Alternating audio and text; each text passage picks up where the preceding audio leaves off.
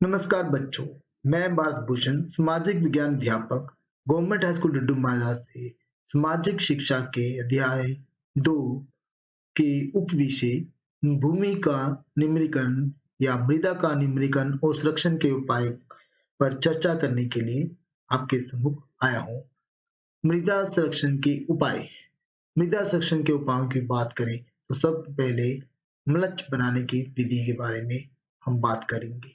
Mulch बनाना। Mulch भी दो किस्म की तरीकों से बनाया जा सकता है। जैव पदार्थों से मल्च बनाना और प्लास्टिक मल्च। पहले हम बात करते हैं जैव पदार्थों से मल्च बनाना। पौधों के बीच में जो अनावृत भूमि होती है उसे हम जैव पदार्थ यानी कि सूखी घास, पत्ते इत्यादि से ढक दिया जाता है, जैसा कि आप इन तस्वीरों में देख रहे हैं। दूसरा तरीका है प्लास्टिक मल्च। प्लास्टिक मल्च, इस विधि में प्लास्टिक की शीटों को खेतों में लगाया जाता है, जैसा कि आप इन तस्वीरों में देख रहे हैं, और इन शीट पर छेद कर दिए जाते हैं जहां पर पौधे लगाए जाते हैं। इन पौधों की सिंचाई टपकन विधि द्वारा की जाती है। इससे भूमि में नमी की मात्रा बनी रहती है। इन दोनों तरीकों को हम इस मॉडल के द्वारा समझेंगे जो हम आपको अभी दिखा रहे हैं। इसमें हम प्लास्टिक मल्च और जैव पदार्थों के मल्च के क्या फायदे हैं उनका भी अध्ययन करेंगे। बच्चों, आज हम मल्च बनाना, मल्च क्या होता है और ये कैसे बनाया जा सकता है इसके बारे में सीखेंगे और कृषि में इसका क्या महत्व है यह भी देखेंगे। मल्च मुख्य रूप से दो प्रकार से बनाए जा सकते हैं। पहला, प्लास्टिक शीट द्वारा मल्च बनाना। दूसरा, जैव पदार्थों की सहायता से मल्च बनाना। जैव पदार्थ जैसे सूखी घास, पत्ते इत्यादि। तो हम इस प्रयोग द्वारा ये सीखेंगे कि मल्च कैसे बनाया जाता है और इसका हमारी कृषि में क्या लाभ है। जैसा कि आप देख रहे हैं, हमने यहाँ पे प्लास्टिक मल्च का विधि को दर्शाया है। इसमें हमने प्लास्टिक की शीटों का इस्तेमाल किया है और प्लास्टिक की शीटों को हमने खेतों के बीच में इस प्रकार लगाया है ताकि वहाँ पे उन शीटों के बीच में जो छिद्र है वहाँ से पौधों को लगाया जा सके। इन शीट को हम इस प्रकार लगाते हैं और इसे अच्छे से मिट्टी के नीचे दबा दिया जाता है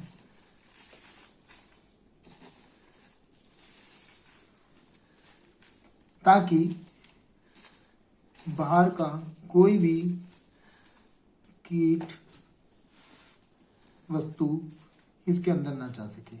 फिर इनके अंदर पौधों को इस प्रकार से लगा दिया जाता है। यह विधि प्लास्टिक मल्च कहलाती है। इस विधि से जो मिट्टी की नमी है वो लगातार बनी रहती है और टपकन विधि द्वारा पौधों को पानी दिया जाता है और इससे पानी की खपत बहुत कम होती है और मिट्टी जो है वो अपनी नमी बनाई रखती है मृदा, और जिसके कारण मृदा का निम्नीकरण नहीं होता है।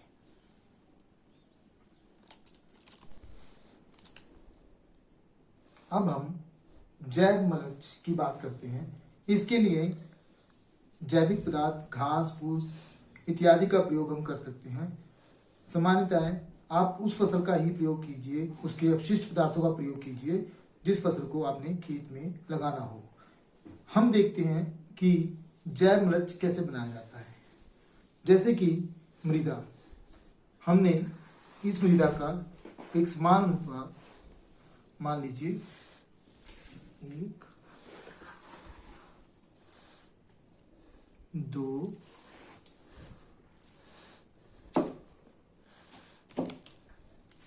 2 कटोरी मृदा ली है और इसमें कुछ घास फूस जिन्हें आप जैविक पदार्थ कह सकते हैं इसे मिक्स कर लिया है और इस प्रकार हमने एक मल्च बनाया है।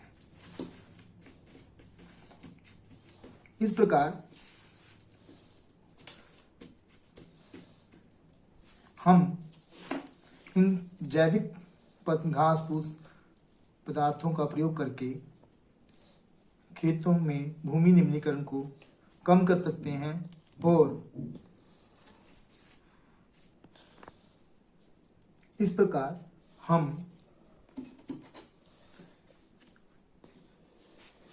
इस प्रकार के मलच को तैयार कर सकते हैं जिससे भूमि में नमी की मात्रा बनी रहेगी और मृदा जो है वो अपरदित नहीं होगी। अब हम इसको प्रैक्टिकल करके देखते हैं, इसका प्रयोग करके देखते हैं। हमने 2 कटोरी मृदा ली थी। अब हम बिना जैविक अपशिष्ट पदार्थों के बिना जो मृदा है उसको और इसके बीच में कंपेयर करके देखते हैं किस मृदा में अधिक अपर्दन होता है और पानी को कौन सी मृदा ज़्यादा नमी अपने में रख पाती है, पानी को अपने में रख पाती है। अब हमने दोनों छोटे से खेत तैयार कर लिए हैं। एक में मलच को मिलाया हुआ है, एक बिना मलच की मृदा है। अब आप जैसा कि देख रहे हैं इन 2 बीकर में हमने 200 ml पानी लिया है। अब हम इस पानी को मृदा के अंदर डालेंगे और देखेंगे कि कितना मृदा का अपरदन हुआ है।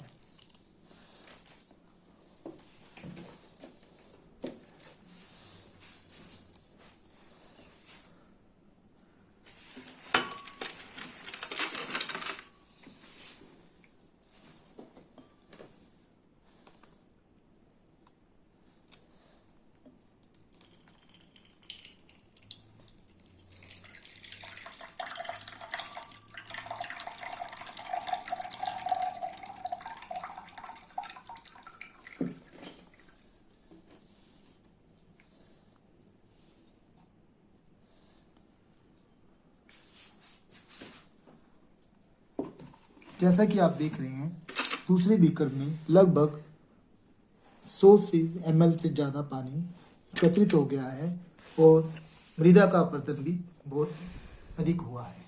अब हम मलच वाली मृदा का प्रयोग करेंगे और देखेंगे कि वहाँ परिस्थितियाँ कैसी हैं।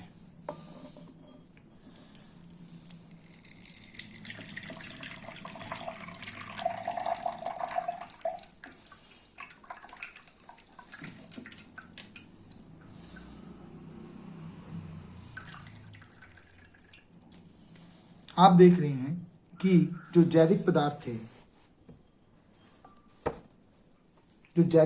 थे उन्होंने बहुत सा पानी अपने में सोख लिया है और साफ देख सकते हैं कि इस बीकर में पानी की मात्रा कम है और मृदा का अपरदन भी काफ़ी कम हुआ है। इससे हमें ये पता चलता है कि मलच बनाने से हम भूमि में नमी की मात्रा को ज़्यादा समय तक बना सकते हैं जिससे भूमि में निम्नीकरण नहीं होता है। बच्चों, अभी हमने इस प्रयोग द्वारा मलच बनाने की विधि का अध्ययन किया। मलच बनाने के कृषि में बहुत अधिक लाभ है। हम इन लाभों को इस प्रकार देख सकते हैं। मलच बनाने के लाभ, जैसा कि आपने अपने इस प्रयोग में देखा मलच किस प्रकार बनाया जाता है। इसके अध्ययन में हमने ये भी देखा कि मृदा में नमी की मात्रा को बनाए रखने में मलच कितना लाभदायक है। इसके अन्य लाभ जो है वो आपको आपके स्क्रीन पर दिखाई दे रहे हैं। सबसे पहला, ये नमी को संरक्षण करता है, तापमान और नियंत्रण में सहायक होता है, हवा पानी से मिट्टी के कटाव को कम करता है, पौधों की उपजाऊ क्षमता, भूमि की उपजाऊ क्षमता, पौधों की उत्पादकता में वृद्धि लाता है, खरपतवारों की वृद्धि को रोकता है। ये मलच बनाने के मुख्य लाभ है।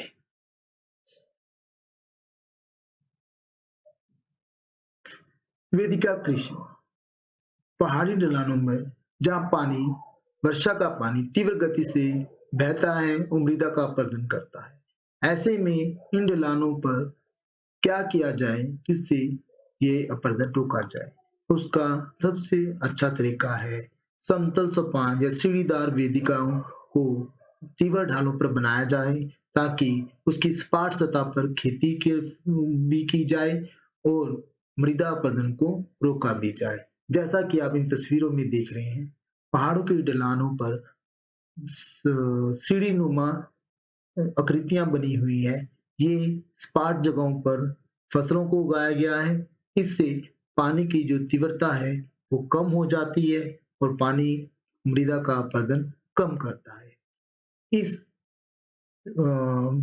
विधि को हम इस छोटे से मॉडल के द्वारा समझने की कोशिश करेंगे जो हम आपको आगे दिखाने वाले हैं, जिसमें आप देखेंगे कि मृदा का अपरदन किस प्रकार कम होता है और ये सीढ़ीनुमा जो कृषि है वो किस प्रकार से मृदा अपरदन को कम करने में सहायक है। बच्चों, पहाड़ी क्षेत्र में पहाड़ की ढलानों पर किस प्रकार कृषि की जा सकती है और भूमि निम्नीकरण को कैसे कम किया जा सकता है, इसके बारे में अब हम अध्ययन करेंगे। पहाड़ी ढलानों पर हम ढलान पर सीढ़ी नुमा कृषि, जिसे वेदिका कृषि कहते हैं, उसके द्वारा भूमि निम्नीकरण को कम कर सकते हैं। वेदिका कृषि के क्या फायदे हो सकते हैं, इसे हम इस प्रयोग द्वारा अध्ययन करेंगे। वेदिका कृषि, पहाड़ों की ढलानों पर पानी अत्यधिक तीव्र गति से बहता है।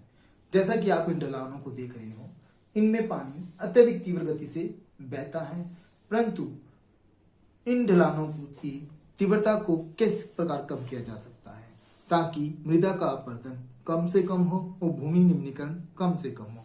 इसके लिए हम विधि अपनाते हैं वेदिका कृषि। वेदिका कृषि, जैसा कि आप इन सोपानों में देख रहे हैं, ये सीढ़ी नुमा खेत बने हुए हैं। पहाड़ों की ढलानों को काटकर समतल सतह थोड़े थोड़े अंतराल पर बनाई जाती है सीढ़ी नुमा तरीके से, जिस पर खेती की जाती है। और जब पानी वर्षा का इन पर बहता है तो वह उसकी गति काफी कम हो जाती है, क्योंकि कुछ अंतराल के बाद उसे समतल सतह प्राप्त होती है। कई बार इन सतहों पर पत्थरों द्वारा छोटे छोटे बांध भी बना दिए जाते हैं ताकि मृदा का अपरदन कम से कम हो। हम आप इसको प्रयोग को करके देखते हैं कि जब पानी इन सतहों पर बहेगा तो किस प्रकार उसकी गति कम हो जाएगी, और जब वह इन ढलानों पर से बहेगा तो कितनी तीव्र गति से नीचे आएगा। जैसा कि आप देख रहे हैं, इस बीकर में हमने 200 ml पानी ले रखा है दोनों में। तो पहले हम वेदिका कृषि के क्षेत्र में पानी को डालेंगे और देखेंगे कि क्या होता है।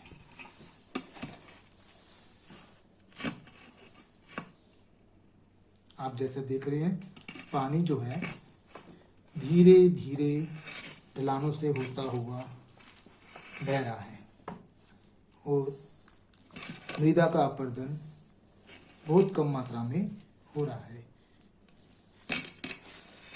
तो इस प्रकार हम देखते हैं कि ऐसे में मृदा जो है अपरदित नहीं होती। परंतु अगर हम दूसरी ही तरीके से देखें ढलानों पर, तो क्या स्थितियां दिखाई देती हैं। जैसे कि इस पर्वत के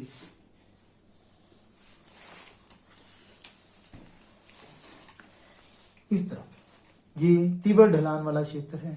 अगर हम यहाँ पर पानी का देखेंगे तो अपरदन कैसा होगा।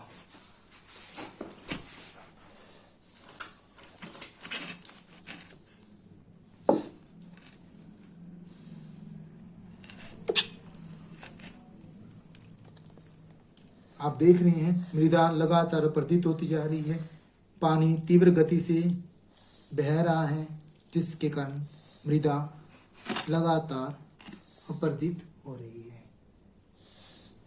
तो इससे हमें पता लगता है कि वेदिका कृषि से हम मृदा का अपरदन रोक सकते हैं। आप इस ट्रे में देख सकते हैं कितनी अत्यधिक मात्रा में मृदा एकत्रित हो गई है, जो इस पहाड़ नुमा मॉडल से आई है, जबकि वेदिका कृषि में ऐसा नहीं हुआ था। बच्चों, जैसा कि आपने प्रयोग में देखा, पहाड़ी ढालों पर वेदिका कृषि द्वारा हम किस प्रकार मृदा अपरदन को कम कर सकते हैं और भूमि निम्नीकरण को रोक सकते हैं। वेदिका कृषि के अन्य क्या फायदे हैं उसे हम इस प्रकार देख सकते वेदिका कृषि के लाभ, जैसा कि हमने प्रयोग में देखा कि वेदिका कृषि जो है अत्यंत लाभदायक है। इससे मृदा का अपरदन कम होता है। दूसरा सबसे महत्वपूर्ण इसका लाभ जो है वह है कि पहाड़ी ढलानों पर सीढ़ियों के आकार में छोटे-छोटे खेत विकसित होते हैं, जिसमें लोग अपनी ज़रूरत की चीज़ों को उगा सकते हैं और अपने जीवन को बेहतर बना सकते हैं। ये मृदा अपरदन को रोकते हैं, बारिश के पानी को बहने से रोकने में सहायक होते हैं, जिससे मृदा का कटाव नहीं होता है और मृदा का निम्नीकरण नहीं होता है। ये खेत जो होते हैं, ये उन फसलों के लिए अत्यंत महत्वपूर्ण हो जाते हैं, जहाँ पानी की अधिक आवश्यकता होती है, जैसे कि धान की खेती। तो इन क्षेत्रों में इस प्रकार की खेती की जा सकती है।